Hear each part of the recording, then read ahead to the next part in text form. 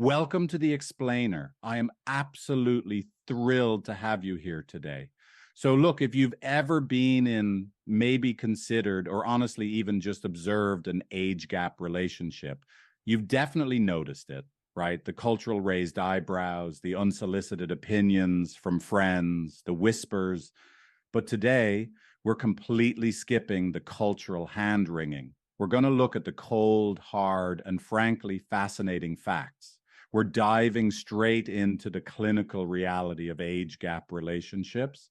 And we're doing this by drawing directly on 16 years, 16 years of clinical therapy data from licensed marriage and family therapist Figs O'Sullivan. All right, let's jump right in. I want to kick things off by posing a pretty bold question right out of the gate. Is the number of years between you the real problem? You know, our culture loves to treat the age gap itself as the ultimate variable. We just kind of assume that the chronological math tells us something deeply meaningful about whether two people can actually build a successful life together. But what if that whole premise is entirely wrong? Well, this quote right here brilliantly illustrates our starting point. Figs O'Sullivan explicitly states, the age gap itself is almost never the actual problem.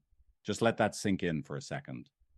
After literally thousands of hours sitting in the therapy room, the data shows that the true friction, it doesn't come from birth years. The difference between a totally healthy age gap relationship and a destructive one actually comes from subsurface dynamics. It comes from your nervous systems, your deeply ingrained attachment patterns, and those subtle power dynamics you might not even realize are running the show. So here's our roadmap for today's explainer. First, we'll look at the age gap illusion, then attachment and nervous systems. Third, when age becomes a risk. Fourth, we'll talk about the waltz of pain, and finally building a healthy foundation. Let's get to it. Starting off with section 1, the age gap illusion and why chronological age is a flawed metric. Now, here's the big shift in perspective we need to make today. The real variable we should be looking at isn't chronological age. It's the developmental stage that each partner occupies. For example, the source data highlights this couple with an 18-year age gap, ages 34 and 52. And they were thriving. Why? Because they were remarkably well matched in their emotional maturity. Now, contrast that with another couple sporting only a 7-year gap who were in absolute crisis. The reason was simple. One had done immense personal work, and the other just hadn't. The developmental gap completely eclipsed the chronological one. It's literally apples and oranges. So you might be wondering, when does development actually matter? Well, age 25 is a massive, critical milestone. This is approximately when the human prefrontal cortex finishes developing. And that's the part of the brain responsible for long-term planning, impulse control, the whole complex decision-making shebang. If one partner is past this developmental finish line and the other is still actively running the race, a mismatch here creates a profound neurological power differential. We're not just talking about a social or financial gap anymore. That neurological difference is highly, highly relevant in a clinical setting. Moving right along to section 2, attachment and nervous systems. Are two nervous systems learning to dance? You see, every single person brings deeply encoded childhood survival strategies into their romantic partnerships. These kick into high gear the second a connection feels threatened, and the data here is mind-blowing. Out of over 40,000 quiz takers, an incredible pattern emerged. Between 70 and 80% of couples fall into one very specific dynamic. What we're looking at is a vast majority of relationships consisting of differing emotional wounds coming together to try and form a whole. Let's break those differing wounds down side by side. On the one hand, we have the relentless lover or the pursuer, driven by a deep fear of abandonment.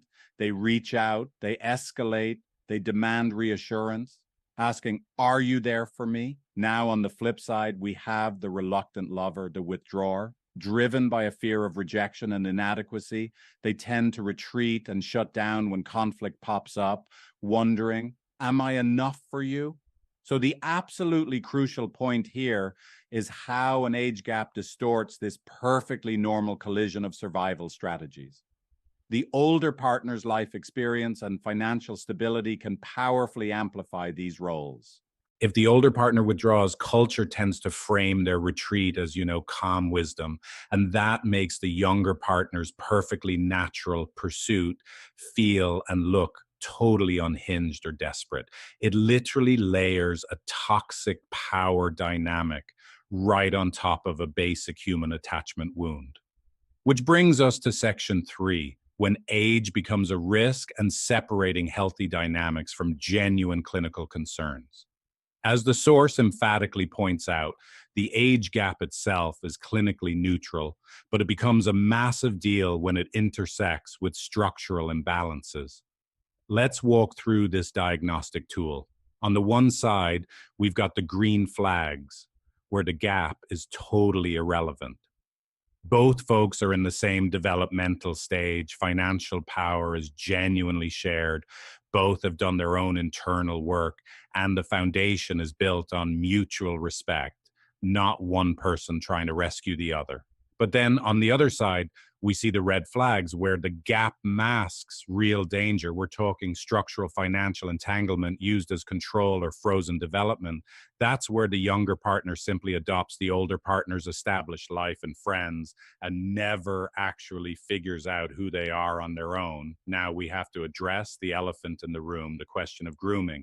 As the clinical data clearly points out, the vast majority of age gap relationships do not involve grooming, but it is a vital clinical question to ask yourself. You have to look at it and say, did the relationship begin when both partners were adults freely choosing each other?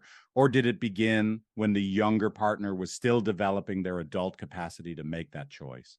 Honestly examining the true origins of the relationship is absolutely critical in assessing its structural health. All right, moving to section 4, the waltz of pain, the destructive cycle of triggered survival strategies. The source defines the waltz of pain as a negative feedback loop where one partner's unconscious survival strategy directly triggers the other partner's. And here is exactly why this is so critical for age gap couples to understand. Our culture heavily calcifies this waltz because age carries this inherent cultural authority. Society automatically validates the older partner as the patient, reasonable one, right? While simultaneously pathologizing the younger partner as volatile or dramatic. This cultural illusion makes it incredibly difficult for the couple to see what's really happening, that they are both just throwing emotional boomerangs at each other, trying to survive their own profound internal pain. And that brings us to section 5. Building a healthy foundation and actionable steps for a thriving partnership. I absolutely love this clinical blueprint. Let's break it down. Step 1, name the power differential out loud. If there's a financial or social imbalance, you've got to talk about it without shame. Step 2, the older partner must actively protect the younger partner's individual growth, even if it means the dynamic changes. Step 3, watch out for the I know better trap. Never, ever use your life experience as a weapon to invalidate your partner's emotional reality. Step 4 requires total financial transparency so that asymmetry doesn't turn into emotional leverage. For step 5, you need to get fiercely curious about those attachment patterns we just talked about. And finally, step 6, face the cultural judgment together. Do it as a united team rather than letting those outside whispers create a secondary rupture between the two of you. Now, you might be sitting there thinking, okay, but what about those frightening divorce statistics I always see in the headlines? Well, the research actually offers incredible clarity here. First off, remember that correlation is not causation. Couples with larger age gaps face immense social disapproval, family tension, and tough logistical challenges. It's those external stressors, not the actual years between them, that often drive the relationship strain. Second, the duration of a relationship does not equal the depth of the bond. And ultimately, clinical success entirely depends on how well a couple can repair ruptures and understand their unique attachment triggers. I really want to highlight this phenomenal quote from the clinical findings. What made those relationships work wasn't ignoring the gap, it was metabolizing it. And this is so powerful. The couples who truly thrive, they don't just pretend the age difference doesn't exist, they turn it into data, they turn it into deep, meaningful conversation. They build a fully conscious partnership, addressing the power and developmental dynamics head on, rather than just settling for a comfortable or convenient arrangement. So, what you should take away from this explainer today is incredibly empowering. The literal number on your driver's license matters far less than your self awareness and your willingness to do the hard work. If your age gap relationship is healthy, equitable, and loving, do not let external cultural suspicion convince you otherwise, for sure. But if something feels off, you absolutely must look past the age gap itself and closely examine the underlying power dynamics and attachment strategies that are really at play. I'm going to leave you with this final provocative thought to chew on today. Is your relationship defined by a number, or is it defined by a conscious connection? Because when you strip away the cultural narratives and you look at the raw clinical reality, your relationship is simply too important to reduce to a basic math equation. It takes deep reflection, mutual respect, and a true willingness to dance together. Thank you so much for joining me on this explainer. Keep learning, stay curious, and keep asking those deep questions. If you want to work on this for real, try Figlet, my AI relationship coaching app. You can start for free, no credit card needed, at figlet.empathy.com.